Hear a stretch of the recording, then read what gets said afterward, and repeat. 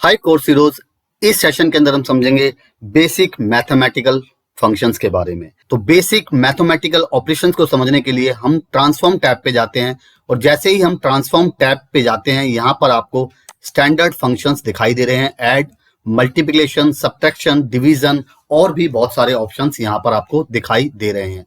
तो हम इस वैल्यू की फील्ड पे आते हैं और जैसे ही हम इस वैल्यू की फील्ड के ऊपर जाते हैं तो हम देख रहे हैं जो हमारी वैल्यूज हैं ये हमारी थाउजेंड्स के अंदर दी हुई हैं। पर मैं इनको थाउजेंड्स के अंदर नहीं चाहता, मैं इनको नॉर्मल नंबर्स के अंदर चाहता हूं। तो मैं इनको नॉर्मल नंबर्स के अंदर कैसे कन्वर्ट कर सकता हूं?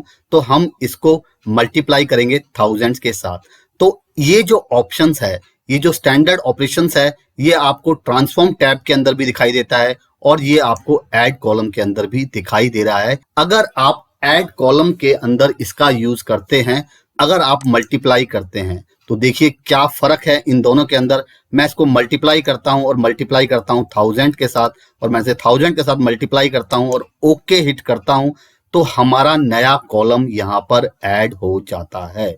तो मैं इस अप्लाइड स्टेप को यहां से रिमूव करता हूं और अब हम देखते हैं इस वैल्यूज को जाके ट्रांसफॉर्म टैब के अंदर। ट्रांसफॉर्म टैब के अंदर मैं सेम ऑपरेशंस को अप्लाई करता हूं और मल्टीप्लाई पे क्लिक करता हूं और मल्टीप्लाई पे क्लिक करने के बाद मैं इसकी वैल्यू को थाउजेंड से मल्टीप्लाई करता हूं और ओके हिट करता हूं। तो सेम कॉलम के अंदर ये जो मेरी वैल्यू है वो थाउजेंड से मल्टीप्लाई हो गई है। तो ये डिफरेंस है कि आप ट्रांसफॉर्म का किस तरीके से यूज कर सकते हैं और आप ऐड कॉलम का किस तरीके से यूज कर सकते हैं। अगर आपको नया कॉलम ऐड करना है तो आप ऐड कॉलम के अंदर जाएंगे और स्टैंडर्ड फंक्शंस का यूज करेंगे। अगर आपको सेम कॉलम के अंदर चीजों को मल्टीप्लाई करना है तो आप ट्रांसफॉर्म टैब का यूज कर सकते हैं। तो अब हमने मैथमेटिकल ऑपरेशंस को थोड़ा सा यहां पर देखा, बाकी ऑपरेशंस को हम और ज्यादा डीप में ड्राइव करेंगे नेक्स्ट सेशंस के अंदर। अब हम देखने वाले हैं परफॉर्मेंस ऑप्टिमाइजेशंस के बारे में। तो अब हम होम टैब के ऊपर गए और जैसे ही हम होम टैब के ऊपर जाने के बाद क्लोज एंड अप्लाई पे क्लिक करते हैं। तो जैसे ही हमने क्लोज एंड अप्लाई पे क्लिक किया तो हमारी जो क्वेरी है वो यहाँ पर अप्लाई हो रही हैं। ये कुछ सेकंड लेंगी और कुछ सेकंड लेने के बाद ये हमारी सारी की सारी जो क्वेरी हैं वो हमें राइट हैंड साइड हमें सारी की सारी टेबल्स दिखाई दे रही हैं। पर हमें यहाँ पर सारी टेबल्स की जरूरत नहीं है। तो अब हम इसको ऑप्टिमाइज किस तरीके से कर सकते हैं, इस डाटा में क्या चेंजेस कर सकते हैं। तो हम इस डाटा में जो जो फाइल हमें नहीं चाहिए वो हम राइट क्लिक करके यहाँ पर उनको हाइड भी कर सकते हैं। तो मैं हाइड कर देता हूं, ऐसे हाइड इन रिपोर्ट व्यू, और जैसे ही मैं हाइड इन रिपोर्ट व्यू करता हूं तो ये मेरी फाइल्स यहाँ से हाइड हो रही हैं।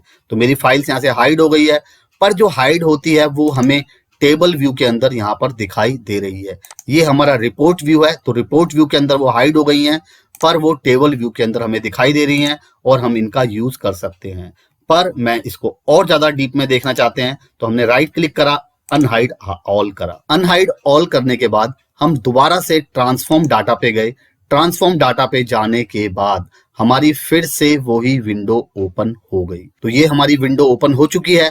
अब हम किसी भी क्वेरी जो हमें नहीं चाहिए हम उस पर राइट क्लिक करेंगे और राइट क्लिक करने के बाद यहाँ पर इनेबल लोड दिखाई दे रहा है, इसको मैं अनटिक करूंगा तो ये मेरी यहाँ से रिमूव होती जाएंगी और ये मुझसे पूछेगा possible data loss warning, disable load data when remove the tables from the report and any visual that use it columns will be broken। तो हम इस डाटा का यहाँ पर यूज नहीं करना चाहते। हम किस डाटा का यूज करना चाहते हैं? हम फाइनल डाटा का यहाँ पर यूज करना चाहते हैं। तो हमने कंटिन्यू करा और ये मेरी हो गई। फिर से मैंने राइट क्लिक करा और इसको भी अनइनेबल कर दिया।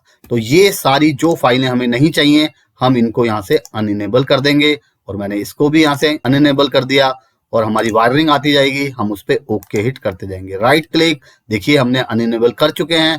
अब इस पे गए और हम इसको भी अनइनेबल कर देते हैं। तो इनेबल लोड पे हमने क्लिक किया और फिर से कंटिन्यू किया। अब हमें ये भी नहीं चाहिए। फिर से हम डिम पे गए और हमने इसे भी इनेबल और कंटिन्यू किया। इस पे भी हमने इनेबल लोड को अनटिक किया। फिर से हम क्लोज एंड अप्लाई पे क्लिक करते हैं और जैसे ही हम क्लोज एंड अप्लाई पे क्लिक करते हैं तो हमारा डाटा यहाँ पर देखिए अप्लाई हो रहा है और अप्लाई होने के बाद आपको क्या दिखाई देगा। तो मैं फिर से रिपोर्ट व्यू पे गया और रिपोर्ट व्यू पे गया तो आप देख पा रहे हैं यहाँ पर हमारी सिर्फ हमें 3 टेबल्स यहाँ पर दिखाई दे रही हैं जिनकी हमारे पास रिक्वायरमेंट है। तो हम इन 3 टेबल्स का यूज कर सकते हैं। तो इस तरीके से जो फाइलें हमें नहीं चाहिए, जो फाइल की हमें जरूरत नहीं है, उन फाइल्स को हम अनटिक कर सकते हैं इनेबल लोड से। तो अब इन फाइलों के थ्रू हम अपनी विजुअल को डिजाइन करेंगे। तो मिलते हैं नेक्स्ट सेशन में। Thank you very much friends.